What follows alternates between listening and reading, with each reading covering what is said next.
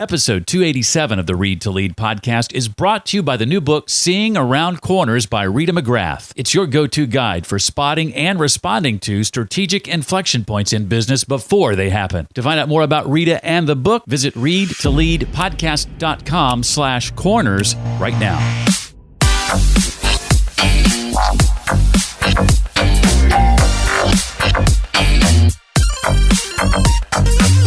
I've spent almost all my career helping businesses reduce risk, and now I have started asking the question, is the biggest risk a business faces today actually not taking enough risk?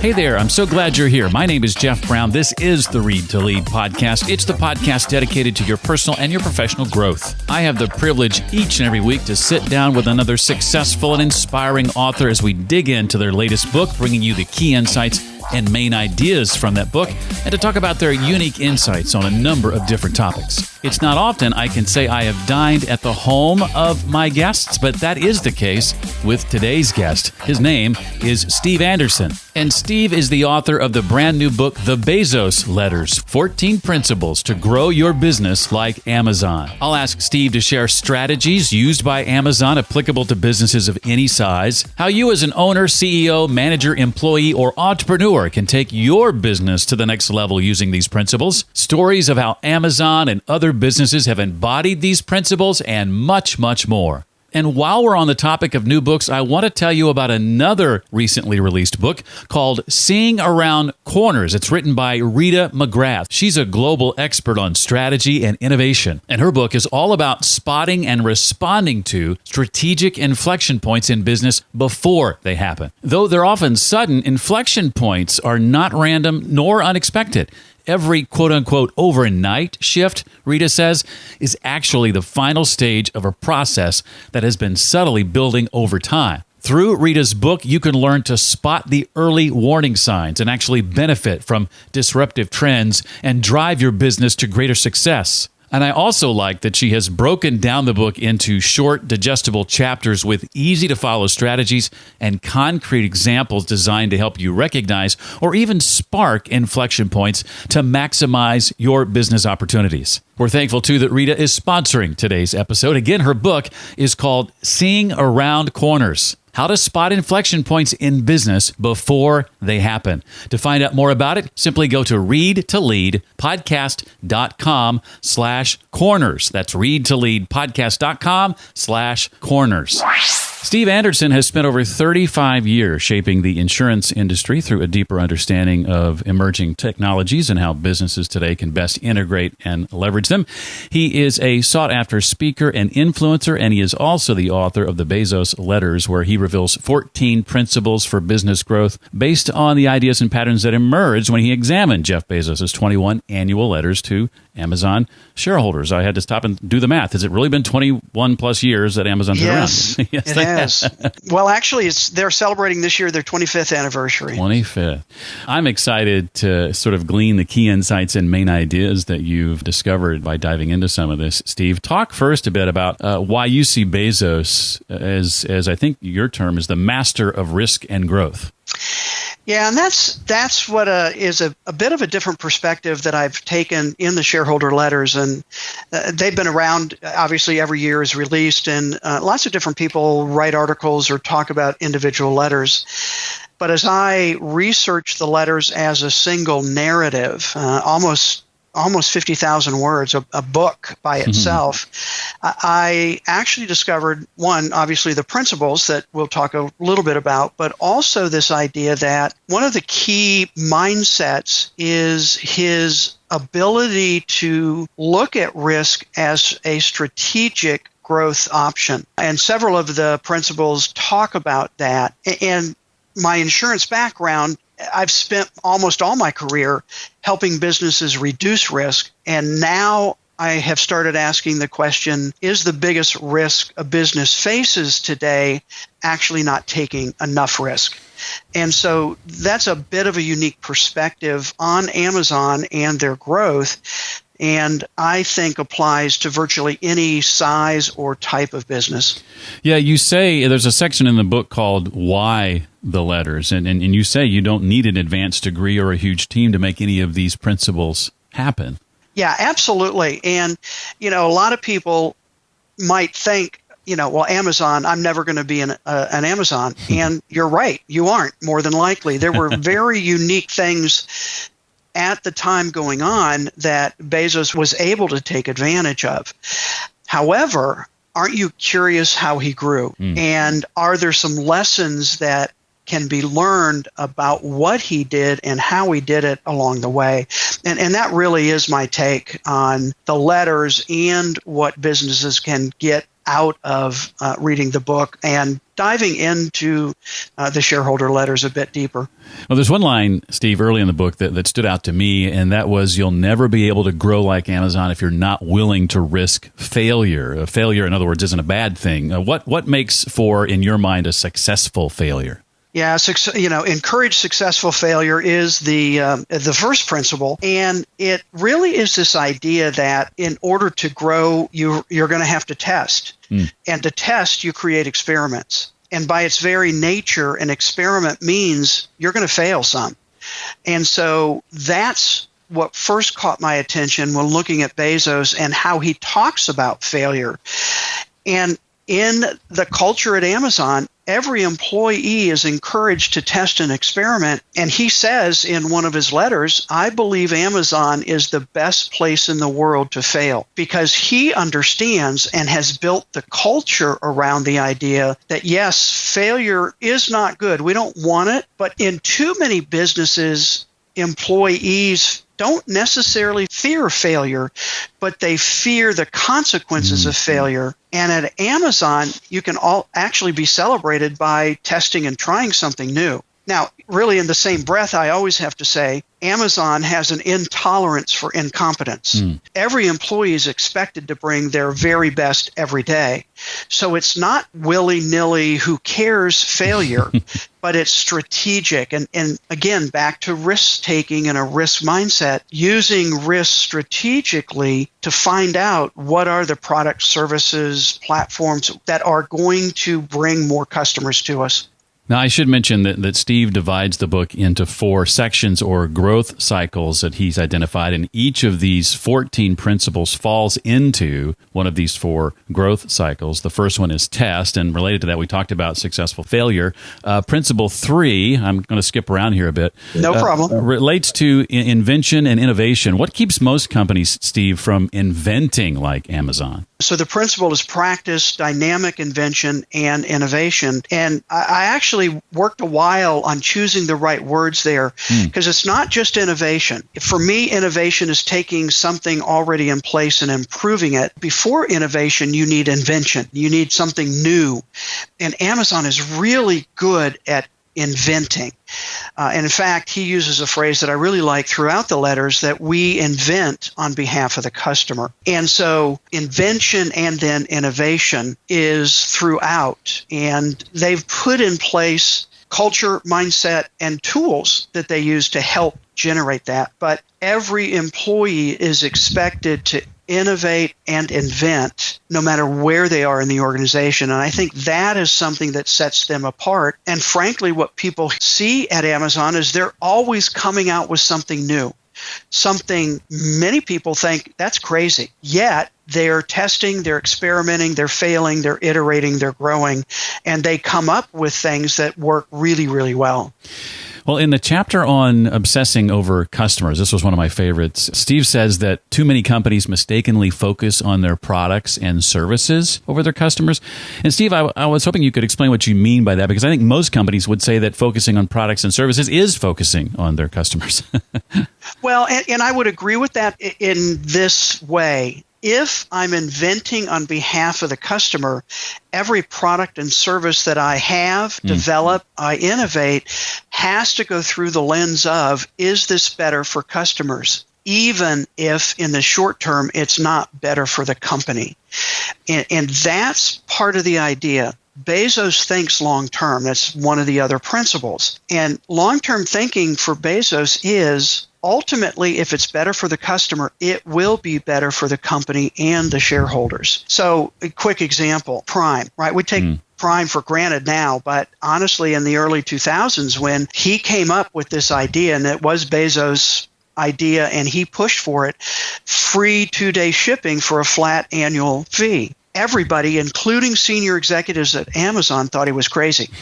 How can we afford this? How can we do this? He was convinced, and he had a gut feeling that if it's better for the customer, it will be better for the company and shareholders ultimately. And certainly that's proved itself out over the years. But at the time, it was a big bet, and nobody knew if it was going to work or not, although they had tested some. They had super saver shipping, which was buy $25 and then you get free shipping. So they had tested some of this along the way. Now, if I may address the obsess over customers. Most businesses, as you've indicated, know that they need to take care of their customers. And typically the words used are customer focus, customer experience, customer service, customer journey. At Amazon, he used the word obsess over customers in the very first letter, 1997. And obsess has a very different connotation than any of the other terms we use around customers. It is, in some cases, over the top focus when we talk about obsession. Sometimes has a negative connotation, but at Amazon, everything goes through the lens of, is this better for the customer? If it is, then we should explore doing it. And I think it's that obsession that you see as one of the core reasons why Amazon has grown the way they have. Well, the world, and I think Wall Street obviously rewards, as you point out in the book, Steve, short-term thinking. What are some ways Amazon has managed to buck that trend that maybe others can learn from? Yeah, and that was something, the 97 letter actually was a very important letter, certainly to Bezos. The reason I say that is every letter since, he has attached the original 1997 letter and refers back or tells readers that they should refer back to that letter. Well, that started at me asking the question, why? Well, one of the reasons is there's a section in the original 97 letter that's called It's All About the Long Term. And again, I'm going to quote here out of that shareholder letter. We believe that a fundamental measure of our success will be the shareholder value we create over the long term, and long term is italicized. Wall Street rewards short-term quarterly earnings, call, profit, sales, not long term. And in fact, during those early years, Amazon was, called Amazon.bomb. And various other things because they didn't make a profit. They plowed everything back into building the infrastructure that we now know is one of the reasons Amazon is so successful. But it took 10, 12 years. And that's just not what companies normally do today. What's interesting is now Wall Street expects that out of Amazon, and they have sort of taught some of the analysts to think longer term, but it's really hard for a company to make that shift from short-term to long-term thinking. But I believe it's a key, again, to business growth. Now, didn't Amazon influence Apple in this regard? Yeah, I talk about Apple as I was writing the book. Apple, and I can't tell, I can't verify that they did it because of Amazon. But I talk about Apple shifting when they announced they were no longer going to report quarterly sales figures for several of their products, the iPhone, the iPad, et cetera, and how Wall Street and their stock price took a significant hit because of it. And that was the example I used to show the difficulty of shifting, but Apple didn't back down, and so they have continued to move forward. And again, you can see their stock price, rebounded. Here's another example of long-term thinking, again, out of the 97 letter. He has a paragraph where he talks about employees, and he's talking about that it's not easy to work at Amazon, and that's probably still the case, and he acknowledged it in 97. But here's what he said: but we are working to build something important, something that matters to our customers, something that we can tell our grandchildren about. And that caught my attention. Here he is, young, probably not even really thinking about his grandchildren, yet he is thinking generationally, something we can tell our grandchildren about. And I think that's really fascinating because that kind of long-term vision is unusual. And one of the principles I think could help any business to shift their thinking more long-term. I'm leading a mastermind retreat outside the Nashville area this week in a facility called Deer Run Retreat Center you may be familiar with. I am. I'm looking forward to talking to the group about one of the principles in particular that you highlight, and it's the one I want to hit on next. Talk about the need to generate what you call high-velocity decisions and the importance of understanding the two decision types as you've identified them. Yeah, so again, in his letters, and I keep coming back because these are the things Bezos talks about in his letters. He describes two types of decisions that businesses make. Type 1 decisions are decisions that are hard, if not impossible, to reverse. They're bet the farm decisions. Type 2 decisions are decisions that can be and should be made quickly, and I'm quoting here now, by high judgment individuals or small groups. Type 2 decisions are decisions that should be made quickly, probably without all the information that you would want, and are easily reversible. So if we decide to move forward on this particular step or project, and we get down the road a little bit, as he calls it, walking through the door, and we don't like what we see on the other side, we change direction by a different decision, or we turn around and come back and start all over again. What he says is, as businesses grow, too often type 2 decisions morph into type 1 decisions. And this would look like, for example, multiple meetings to make a decision, multiple approval levels, right? How often have you heard just getting something done is so difficult, when in Amazon's case, they default to action and they let those decisions be made low because they really are low impact in terms of the entire organization. And I think there's some major things that can be learned from just thinking about your decision-making process. And I recall one executive you quoted as referring to meetings at Amazon as magical. I don't think I've ever heard a meeting referred to as being magical. Isn't that interesting? And part of that is how they run meetings. So a meeting called at Amazon, first, it does not have PowerPoint or Keynote or any slide presentation. They are banned at Amazon worldwide. Instead, the person calling the meeting that needs a decision is required to write a maximum of 6-page memo about the decision. And it generally starts, certainly if it's product-oriented, it starts with what's called a future press release. So they actually have to write the press release before they even get the decision to move forward with developing the product, service, or platform. And Bezos says, he describes this again in one of his letters, that memo, he says, should probably take a week or more to create. And then that memo is passed out at the beginning of the meeting, and everybody spends the first 10, 15, 20 minutes reading the memo,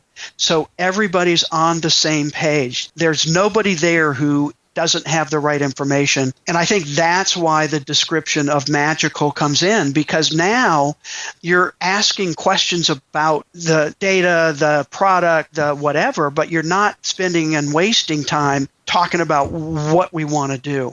And I think that's really interesting. And also think about how many meetings would be cut out if the person calling the meeting actually had to work a week to set up the meeting correctly, right? And so it's the idea of slowing down to speed up. So if I understand type 1 versus type 2, type 1 decisions are usually more strategic and maybe come into play when you're thinking about changing what you do. Yes. Versus type 2 being more operational and come into play when maybe you're re-evaluating how you do it, right? Yeah, I would say yes in general, but let me give you a quick recent example. Amazon, it's well known, had a contest for the city to put its second headquarters headquarters called HQ2. They spent 18 months and gathered data and did research and all of those kinds of things. Came down, they ended up deciding to split that into two different places. One was Long Island City, right outside Manhattan, New York, and the other was Crystal City, Virginia, literally on the other side of the Potomac River from Washington, D.C. Well, as you probably remember, a lot of pushback out of New York City. What did they do? What did Amazon do? They pulled out. And how fast? Real fast. Real fast. So default to action. And when they realized, and again, this is my interpretation, I don't have any inside information, but when they realized they didn't have the support that they were told they had, then they literally said, you know what, we don't want to go there. And what looked like a type 1 decision, meaning, okay, picking a city for a new headquarters and spending X billions of dollars and 25,000 employees, that seems like a type 1 decision.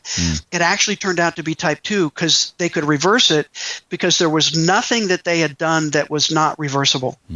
So yes, to a point, and I think that tension is good in terms of, is this a type 1 or a type 2 decision, and how fast should we make it? I never would have thought of that as a type 2 decision. I appreciate that example. Yeah. What does it mean, Steve, to accelerate time with technology, and why would we want to use technology to, as you suggest, make a part of our business obsolete? So what started the book idea in the first place was the research and really work I've done over the last 20 years in the insurance industry, looking at emerging and new technology and its impact on customers, but it's also its impact on insurance coverages. You know, are there gaps that are being created because of how we're using drones, for example? And one of the things I realized was that technology continues to develop rapidly, and more rapidly today than it did 5 years ago, than it did 10 years ago. And so businesses don't have the time they used to kind of sit back and look at, okay, this new thing, let's say 3D printing or blockchain or, you know, whatever we want to talk about. How does that affect my business? Well, in the past, you could spend a year or 2 years kind of looking at it and thinking about it and seeing what might happen. In today's world, you just don't have that amount of time. So technology is accelerating time. And we experience that in different ways. As you know, certainly at my stage of the career, I look back at the last 40 years and go, golly, where's the time gone, right? It's gone faster. Or we look forward, so my two daughters with grandchildren, the days can get long, so we actually view time differently depending on where we are at. But Amazon does such a great job of looking ahead. I mean, even think about, I mentioned drones. Actually, Bezos, probably now 6 years ago on 60 Minutes, first announced that they were experimenting with drone delivery. That's, again, long-term thinking. It's also invention. How can drones do that? And what do we look at today? Well, we're all going, oh, yeah, of course we're going to have drones delivery. We just have to figure out some of the regulatory and other stuff. Again, that's an example of using technology. Fast forward, how can we use it? And are we experimenting enough to figure out what we need to do to make it a reality? And Amazon does that. And I mean, I could go on and I won't. So I'll pause. So, I get excited about this because I just think there's so much to learn. Well, we've dipped our toe into the growth cycles of test, build, and accelerate. My last couple of questions come out of the scale growth cycle section. Focusing on high standards is one of the principles there. And regarding this one, Steve, I think most businesses in theory would go, well, sure, we want high standards. But I think oftentimes they can pay lip service to that. What can we learn from Amazon to help take it beyond just mere lip service? One of the things Bezos identified very early on is that high-quality, top-notch employees were going to be key to maximizing their growth potential. And one of the criticisms of Amazon is that it's a hard place to work. And interestingly, here in Nashville, that headquarters announcement, kind of a side announcement, was that Amazon was building and bringing 5,000 jobs to downtown Nashville to create what they have called their Center of Excellence for Transportation. So at Amazon, transportation is everything that happens from when you click buy to when it shows up on your doorstep. So all the fulfillment centers and trucking and now their air fleet and all those things come under transportation. All of that to say, I was invited to one of their big recruiting fairs at the Ryman Auditorium downtown. This was earlier this year.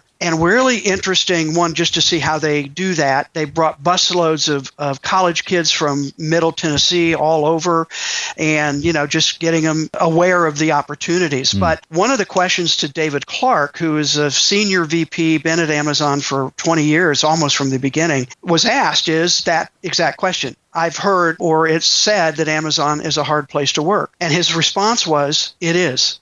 They're not apologetic about that fact. Again, echoing Bezos, he says, we're doing important work on behalf of our customers, and we only want the best hire. So again, real short, I explain this a lot in the book, but they have a position at Amazon still today that for many of the job openings, it's called bar raisers. And so this goes back to the 98 letter where he talks about hiring practices and the 3 quick questions that he said in 98, we asked people to consider before making a hiring decision. Will you admire this person? And will this person raise the average level of effectiveness of the group they're entering? And in fact, he says, I want people to say, boy, I'm glad I got in early because the standards are so high now, I don't know that I could get hired. Right? So they're continually looking to raise the bar, hence the name bar raiser. And the third question is, along what dimensions might this person be a superstar? And that was an interesting one because it's not just about skill and technical expertise. It's about what else do they like to do that rounds them out as a person. So the bar raiser is a actual position that people are nominated for. They go through extra hiring training, but they've already demonstrated an ability to hire high-quality people. That bar raiser can veto almost any other manager's hiring decision, and they actually typically sit in kind of that last hiring meeting, and they can say, no, I don't think this person's going to is a good fit for what you want. Now, think about that at a company. Think about a supervisor or a division manager who has somebody else in the room who can tell him, no, you can't hire that person. Think of the culture clash now, right? What do you mean? It's my department. What are you telling me I can't hire? But they have built in mechanisms to help keep the standard high. And even now, Amazon struggles. They have, they had a huge job fair just a few weeks ago. They have 30,000 positions open. They're looking to hiring people, but they're not just hiring anybody. So that's a different mindset when we talk about a focus on high standards. Oh, one more principle I want to dive into is indeed the last one that you talk about. Explain the thought process, Steve, behind it's always day one. So this is a phrase that Bezos uses all the time in all-hands meetings. His office building in Seattle, where he has his office, is called the Day One Building. It is a phrase that he started using early on in the letters, and certainly over the last probably 10 or 15 years, he ends the letter with something close to this. As always, I attach a copy of our original 97 letter. It remains day one. So day one is a concept of what were we like when we first started? What were we like on day one? Bezos, people forget, actually, I think, that Bezos was on his hands and knees putting books in packages and taking them to the post office in the back of his car. He started where virtually every other business started. And he keeps hammering home the fact that Amazon, if they don't keep that day one mentality, then they will become a day two company. And actually, he was asked, and he writes about this in the 2016 letter, Jeff, what does day two look like? And he was asked that by an employee. And here's how he responded. Day two is stasis, followed by irrelevance, followed by excruciating, painful decline, followed by death. And that is why it's always day one. Now, he goes on to say, that could take 20 years to happen. But once you lose that original mindset, you are on a downward spiral as a company. So keeping that day one excitement, mentality, how can we serve customers better, at least for Amazon, and they have now over 650,000 employees, is still a key concept. Well, we've hit on more than half of these principles, so I've not managed to touch on them all, but I do want to give you a chance to share anything else from the book you want to make sure we know, Steve, before I move on to some questions not directly related to the book. Sure. Real quick, I would just highlight Principle 6, which is understand your flywheel. That, I think, is probably the hardest principle to grasp and maybe the most important. They're all important. They all interact with each other. But the flywheel comes from Jim Collins' book, Good to Great. It's actually chapter 8, where he describes how businesses move from being good to great is by understanding what are the inputs needed to keep us going as a business. That was published in October 2001. Bezos invited Collins to their senior leadership retreat in September of 2001, just before the book was published. And at that retreat, Collins talked about the flywheel, and those senior leaders actually sketched out Amazon's flywheel that they have continued to use as their engine of growth. That's why I think it's important. And again, I could go on about that, but I know we're running out of time. But I would just add that as a important component to start looking at.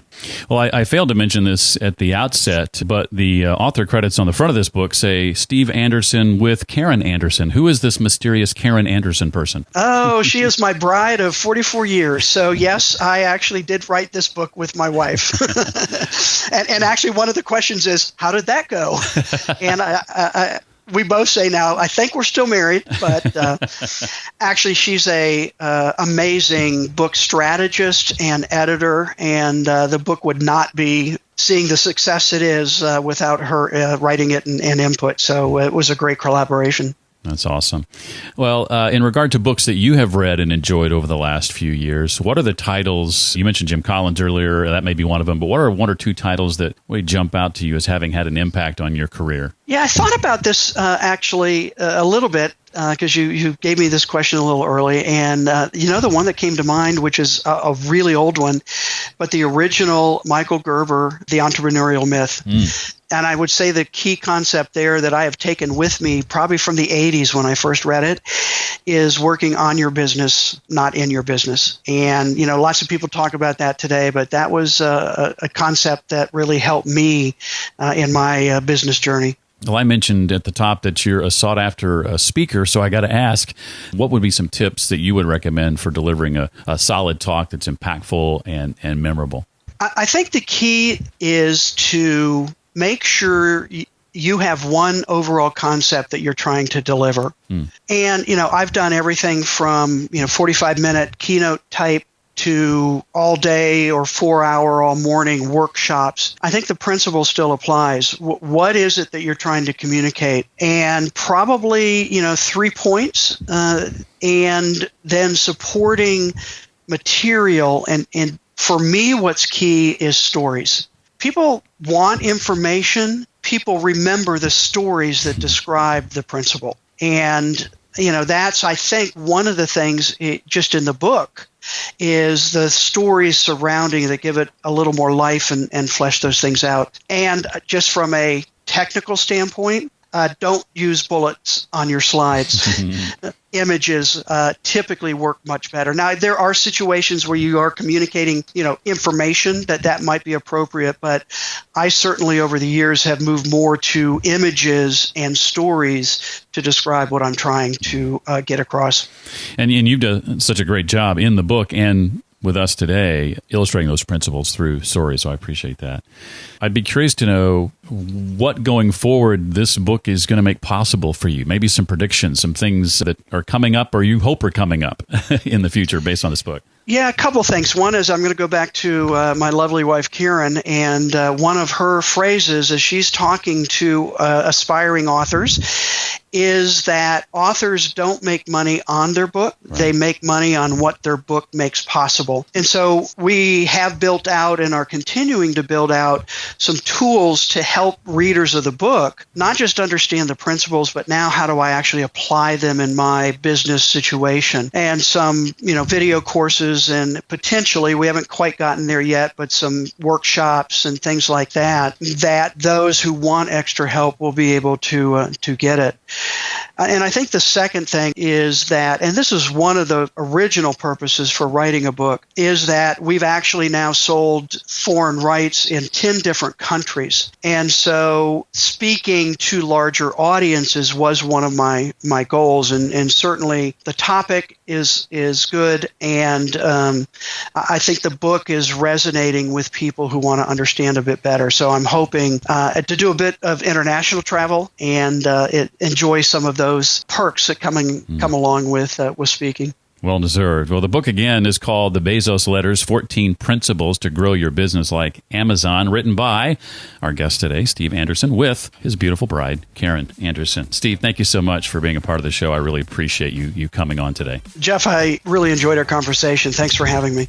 Don't miss your chance to dig deeper into this episode and Steve's book, The Bezos Letters, plus the book he recommended, The Entrepreneurial Myth by Michael Gerber, and the book sponsoring today's episode by Rita McGrath, Sing Around Corners. Get all the information you need about these books and more at readtoleadpodcast.com/287 for episode 287. Do you have a comment or question or maybe feedback about the Read to Lead podcast you'd like to pass along? If so, consider emailing me directly, jeff@readtoleadpodcast.com. Be sure and join me next week when I'll be sharing my conversation with Maki Musavi, author of the book, The High Achiever's Guide. Transform your success mindset and begin the quest to fulfillment. That's next week on the Read to Lead podcast. Until then, as always, remember, leaders read and readers lead.